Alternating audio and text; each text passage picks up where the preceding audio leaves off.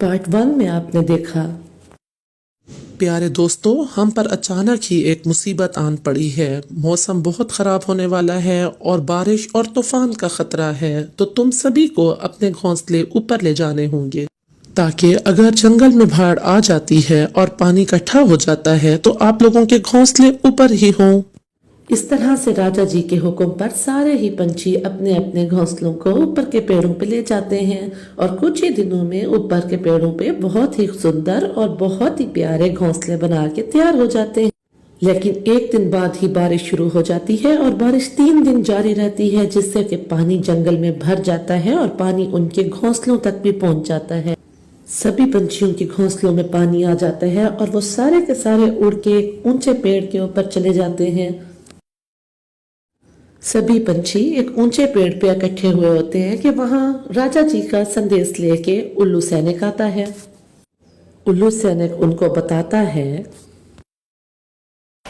सुनो, राजा जी ने संदेश दिया है। पास के जंगल में एक बड़ा पेड़ है जो हमेशा एक पंछी की बल्ली मांगता है। एक पंछी की बल्ली के बाद इस तरह की बारिशें और तूफान रुक जाते हैं, तो आप में से कोई पंछी अपनी बल्ली दे।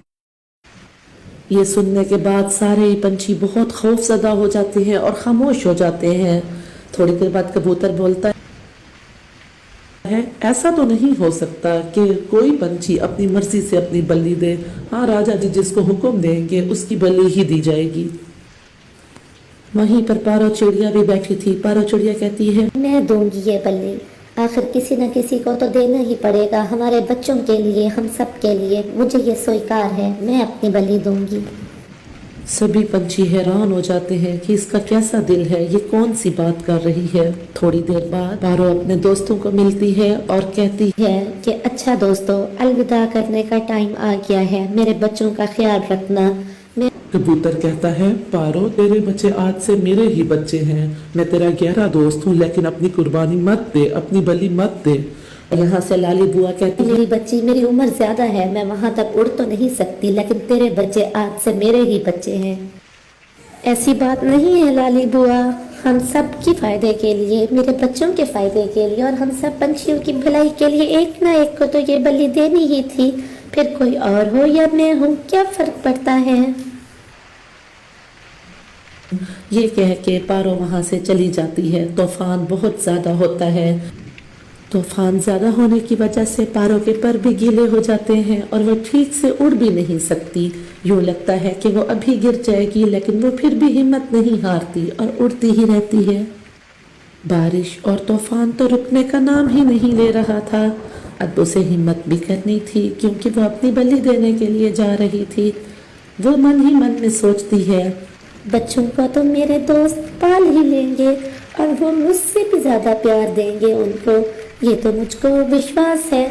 लेकिन पता नहीं वो पेड़ कैसा होगा, बल्ली किस तरह से देनी होगी, पता नहीं मैं वहां तक पहुंच भी पाऊंगी कि नहीं। बारिश तो बहुत ज्यादा है और मेरे पैर भी पूरे के पूरे गीले हो गए हैं।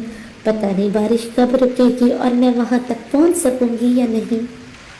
लेकिन जो मेहनत करता है उसकी हार तो नहीं होती। बारिश में गीले पंखों के साथ भी उड़ते उड़ते आखिरकार पारो दूसरे जंगल में पहुंच ही जाती है। पहाड़ों वाले जंगल में पहुंचने के बाद रात हो जाती है। पारो को वहीं पर ही एक पेड़ के ऊपर अपनी रात गुजारनी थी। पारो मन ही मन में सोचती है, रात ज्यादा हो गई है, मैं अभी तो नहीं आगे उड़ सकूंगी और मुझे कुछ नजर भी नहीं आएगा, मुझे यहीं पर ही बैठ के रात गुजारनी होगी। फिर वो कहती है, नहीं नहीं, मुझे जल्दी जाना होगा, ये ना हो कि जंगल मजीद डूब जाए और मेरे बच्चे और सारे ये पंछी नुकसान उठाएं।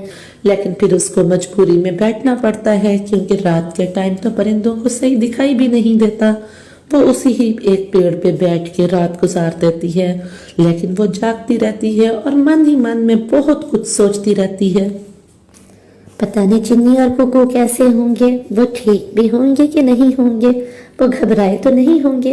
यही सोचते सोचते सुबह हो जाती है और वो वहां से फिर से उड़ जाती है। अपने मकसद में कामयाब होने के लिए पारो को फिर से सफर करना था और वो काफी ढूंढने के बाद बड़े पेड़ को ढूंढ लेती है। अब वो उसके पास जा रही थी। اس کے قدم اس طرح سے جا رہے تھے کہ جیسے وہ اپنی موت کی طرف جا رہے ہیں. اسے اڑا نہیں جا رہا تھا کیونکہ سامنے اس کو اپنی موت نظر آ رہی تھی. وہ اڑتے ہوئے اس پیڑ کے سامنے آ کے بیٹھ جاتی ہے. ارے کون ہو تم؟ جانتی نہیں کہ میں کون ہوں اور میرے قریب کوئی پنچھی نہیں آتا، کیوں آ کے بیٹھی؟ بڑے پیڑ جی، ہمارے جنگل میں بہت طوفانی بارش ہے اور اس طرح سے ہمارے پورے جنگل میں پانی بھر گیا ہے. ہم نے اونچے کے پیڑوں میں اپنے گھونسلے بنائے تھے، وہ بھی ڈوب گئے ہیں. راجا جی نے کہا ہے کہ ایک بڑا پیڑ ساتھ والے جنگل میں ہے جو کہ ہر سال ایک پنچھی کی بلی مانگتا ہے. اس کے بعد اس طرح کے طوفان رک جاتے ہیں. میں اپنی بلی دینے آئی ہوں. ارے تم میں اتنی ہمت ہے؟ ہر جنگل سے تو راجا کے سینک ایک پنچھی کو زبردستی اٹھا کے میرے پاس لے کے آتے ہیں اور اس کی بلی دی جاتی ہے، لیکن تم خود اڑ کے آئی ہو، یہ کیسے ہو سکتا ہے؟ زور زبردستی سے بھی تو کسی نہ کسی کی جان جانی ہی تھی، لیکن میں سب پر قربانی دینے کے لیے خود اپنی بلی دینے کے لیے آئی ہوں تاکہ میرے بچے اور باقی کے پنچھی سکون سے اس جنگل میں رہ سکیں. ایک نہ ایک کو تو یہ قربانی دینی ہی تھی، وہ باقیوں میں سے کوئی ہو یا میں ہوں، کیا فرق پڑتا ہے؟ ارے ننھی چڑیا، تمہاری باتیں سن کے تو میری آنکھیں ہی کھل گئی ہیں. کوئی بھی پنچھی، کوئی بھی جاندار ایسا کیسے کر سکتا ہے؟ کیا اتنی قربانی کا جذبہ بھی ہے تمہارے اندر؟ جاؤ چڑیا جاؤ، میں تمہاری بلی سویکار نہیں کر سکتا. جاؤ تم یہاں سے چلی جاؤ. آپ کا بہت بہت دھنیہ واد بڑے پیڑ جی، لیکن جانے سے پہلے میں ایک بات آپ سے پوچھنا چاہتی ہوں. آپ کیوں بلی لیتے ہیں معصوم پنچھیوں کی؟ پہلے ایسا نہیں ہوتا تھا، مجھے پنچھیوں سے بہت پیار تھا، لیکن آہستہ آہستہ مجھے پنچھیوں سے نفرت ہونے لگی. میں شکتیشالی، سب سے شکتیشالی درخت ہوں. میرے حکم سے ہوائیں ادھر سے ادھر جاتی ہیں اور وہ بادلوں کو اپنے ساتھ لے کے جاتی ہیں. ہواؤں پر میرا حکم چلتا ہے، لیکن مجھ سے کوئی بھی پنچھی دوستی نہیں کرتا تھا. میرے درخت کے اوپر، میرے پتوں پر کوئی گھونسلہ نہیں بناتا تھا.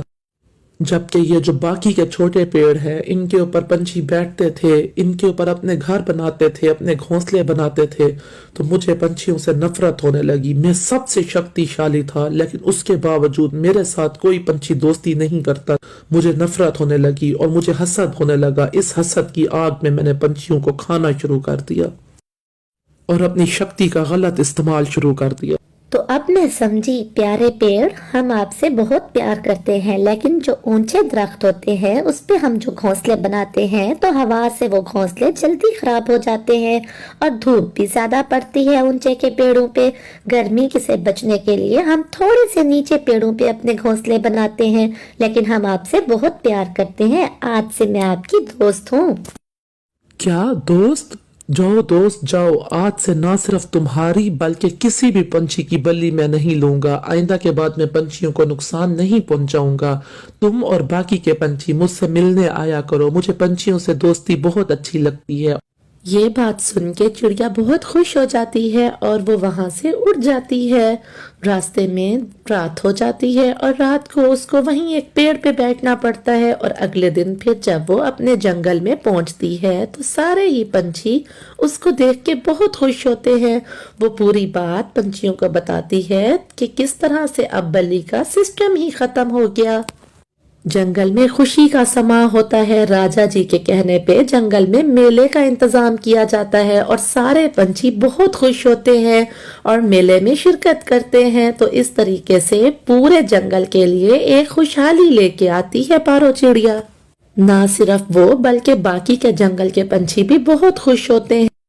تو پیارے بچوں، ہمیشہ اچھے کام کا اچھا انجام ہوتا ہے اور برے کام کا برا انجام. اگر ہم کسی کے لیے اچھا سوچیں گے تو ہمارے ساتھ بھی اچھا ہی ہوگا. ایسی کہانیاں سننے کے لیے ہمارے چینل کو سبسکرائب کریں اور